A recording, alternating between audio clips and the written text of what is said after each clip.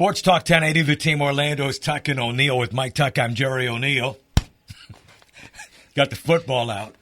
You're not going to be able to do that much longer. No, I know, but I got the basketball. I've got some golf balls. And okay, like Carrot Top. For coming up. What do we got? Oh, heading into the weekend. Today's Thursday, heading into the wild card weekend.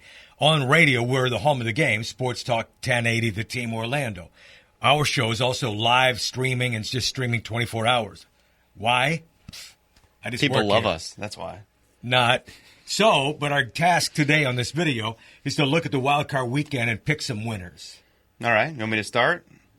What's the first game? Which AFC game? The first game is Houston? Kansas City at Houston's a rematch. Kansas City won their week 1, 27-20. Then they lost 5 straight. Then they've not lost since, 10 straight wins. Toughest game to pick on the board, I think. I really do. I think this is the most difficult game. I'm looking forward to hearing your next pick. I could see it going either way, but I'm going to go with the home team.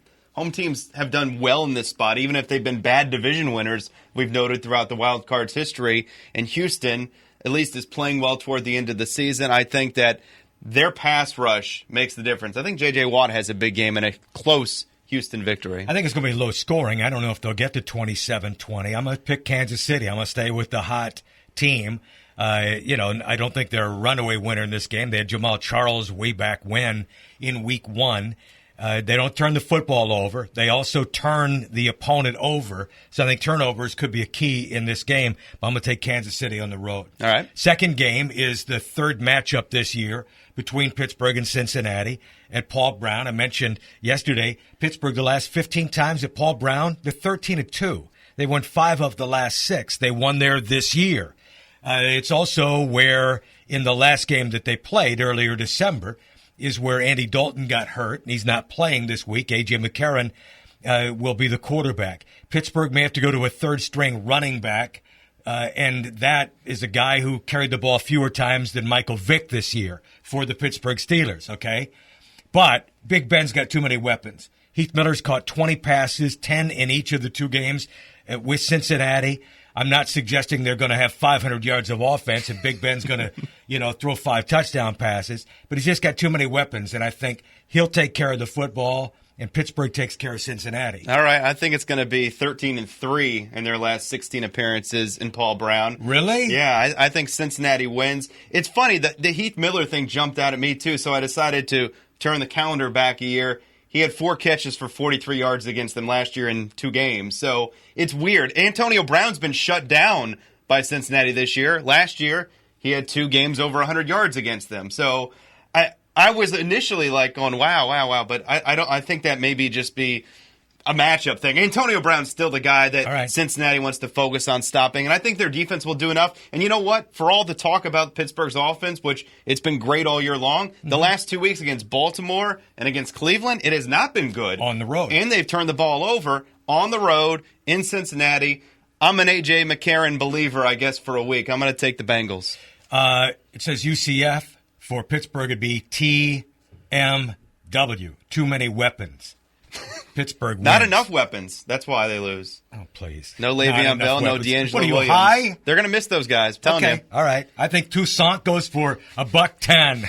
All right. Sunday, doubleheader. Put butter on your croissant. Saint Seattle. Thought it was having a stroke there for a second, but apparently not. Seattle at Minnesota for the second time this year. Earlier December, out of doors. Temperature's going to be cold, but Seattle went up there in December and won 38-7. And they have the Beast coming back, right? Beast mode? Yeah, he's back this week. Way too much for Minnesota. You know, I think Seattle will win the football game. It is interesting when you look at the game that happened previous where it was just steamroll.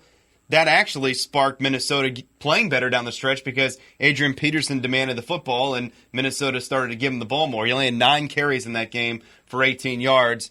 So I do think that they're more competitive this time, but the big problem is they can't throw. Teddy Bridgewater, not a great quarterback and not a whole lot to work with. That's what the difference for Seattle is. You have to be able to take advantage of their secondary, and they can't take advantage of Seattle's secondary. We've talked about how 6 teams have started a wild card run to the Super Bowl. Don't lose sight of Seattle. 2 years ago they won it. Last year they should have. I'm not picking them to win the Super Bowl. Well, then why even mention it? I think they're the likeliest candidate. The fourth of the 4 games this week at the nation's capital, it's Green Bay and in Landover, Maryland at FedEx Field, the Washington Redskins. Man, oh man, 5-6 weeks ago, you might have thought Jay Gruden was going to be fired at the end of the season. I'm not suggesting Coach of the Year honors, but they did win a bunch of games down the stretch, and they've got home field in this game against the Packers, who have really struggled. I think Washington takes advantage of a struggling Green Bay team. They haven't been able to do a whole lot on offense. The Redskins' defense has been pretty good. Not great, but pretty good all year long. And I think they'll be able to make Green Bay one-dimensional because their best assets against the run. And that seems strange, but you want Aaron Rodgers to throw it. And I think that works into their favor. I'll go with the red-hot Kirk Cousins at home. And he's been better at home, too. I'm going to pick Green Bay. And I have no idea why. Here's what I wish. Because you're a homer. You love Green Bay. If I were a running back. You grew up a Packers fan. You done? I did. No, I'm done. And it's Bart Starr and Jim Taylor and Curly Lambeau. Herb Adderley. Look some of those names up. You know about Starr, right? Paul Hornung. That was my stuff early. Now, here's the thing. None of those guys are walking through the door. Mostly because they're dead, but. Now, listen. Here's what, if I were a running backs coach, here's what I would teach this week. Bounce that damn ball to the outside, Eddie James. God dang. The offensive line for Green Bay, which I know is battered, that Josh Sitton was playing left tackle last week and getting schooled. He's the Pro Bowl guard and a UCF kid. They have holes if they bounce to the outside a little bit. They're trying to run down guys' backs. Bounce that ball outside. It's going to happen this week. I'm telling you, watch for it.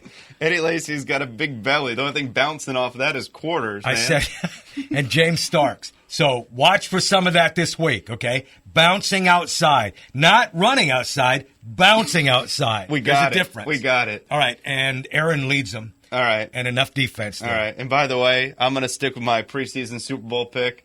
I got Arizona and Denver in the Super Bowl. I'm going to try and make it 2 years in a row. I had Seattle and New England last year. Arizona won't get there. That's all I'm saying. Who? Wow. Denver? Denver won't get there. Wow, so you disagree with my pick, but you don't want to make a pick? We are Tuck and O'Neill. Weekdays, Really? 3 to 7 at Sports Talk 1080 The Team, Orlando. Fumble!